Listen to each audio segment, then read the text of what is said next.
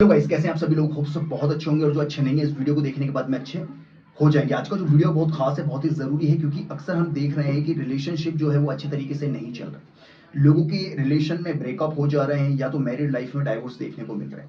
तो ऐसा क्यों हो रहा है, आज इस चीज को समझने की कोशिश करेंगे। अगर आप चाहते हैं कि आपका रिलेशन बहुत अच्छे तरीके से चले और आपका पार्टनर जो है वो आपको छोड़ के ना जाए और बहुत ही हेल्दी वे में आपकी मैरिड लाइफ भी चले और आपका रिलेशन, अगर आप रिलेशन में गर्लफ्रेंड बॉयफ्रेंड हो तो वो एक अच्छा मुकाम हासिल करें, आप दोनों एक दूसरे से शादी करें, मैरिज करने के बाद आप खुश रहें, तो क्या ऐसा करना है। और क्या आज की जनरेशन को ये बात समझने की जरूरत है कि रिश्ते आखिर क्यों नहीं चल रहे हैं, आखिर क्यों रिलेशनशिप में ब्रेकअप हो जा रहे हैं, शादी होने के बाद में डाइवोर्स, तलाक के केसेस आ रहे हैं। तो ऐसा क्यों हो रहा है, इस बात को डिटेल में समझने की कोशिश करेंगे।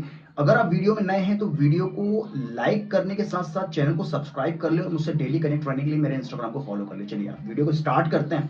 तो आखिर ऐसा क्यों हो रहा है कि रिलेशनशिप में ब्रेकअप हो जा रहे हैं, आखिर ऐसा क्यों हो रहा है कि शादी के बाद तलाक और डाइवोर्स के केसेस आ रहे हैं। तो सबसे बड़ी जो इसमें एक प्रॉब्लम निकल कर आ रही है वो ये आ रही है कि आपसी अंडरस्टैंडिंग। सबसे पहले तो आपसी अंडरस्टैंडिंग में प्रॉब्लम आ रही है और दूसरा जो सबसे बड़ा रीजन है वो है ईगो। ईगो कि सामने वाला इंसान जो है वो नीचे, मैं ऊपर।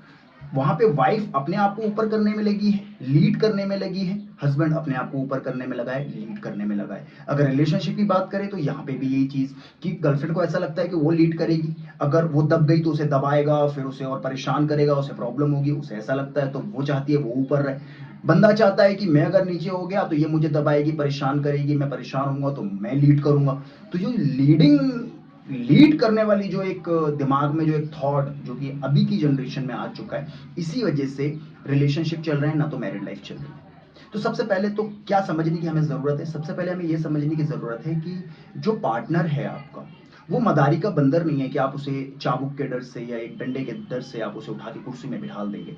ऐसा पॉसिबल नहीं है। इस दुनिया में हर एक इंसान फ्रीडम चाहता है, इस दुनिया में हर एक इंसान चाहता है कि वो खुलकर जिए, है ना। किसी परिंदे को आप लाके पिंजरे में कैद कर देते हो और फिर कहते हो कि ये मेरा है, एक बार खोल के देखो यार, ऐसा उड़ेगा ना दोबारा दिखाई नहीं देगा।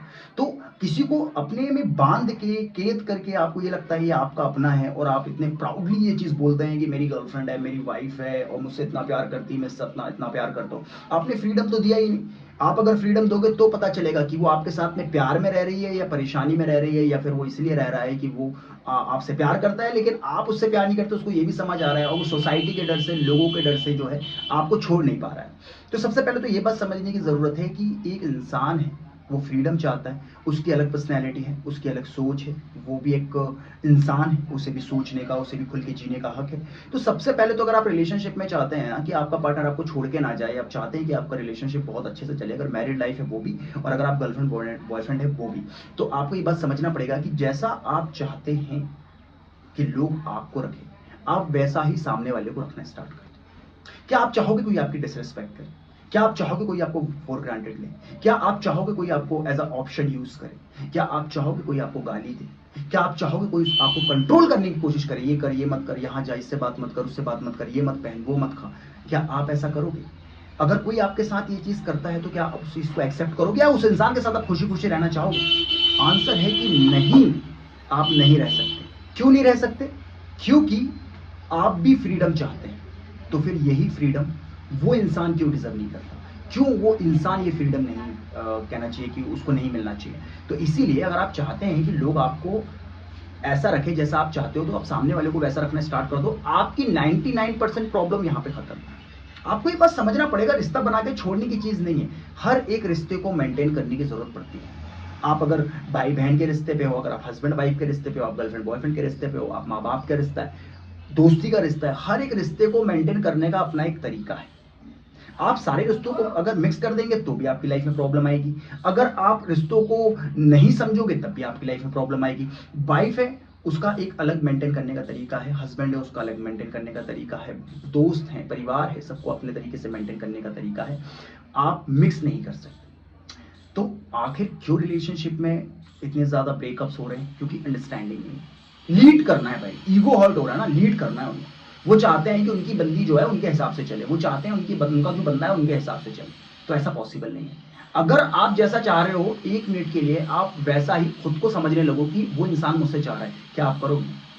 आंसर है कि नहीं, आप नहीं करोगे। तो जब आप नहीं करोगे तो फिर आप किसी और से कैसे ये उम्मीद कर सकते हो कि वो करे, और वो नहीं करता है तो फिर आपके बीच में कलेश होते हैं।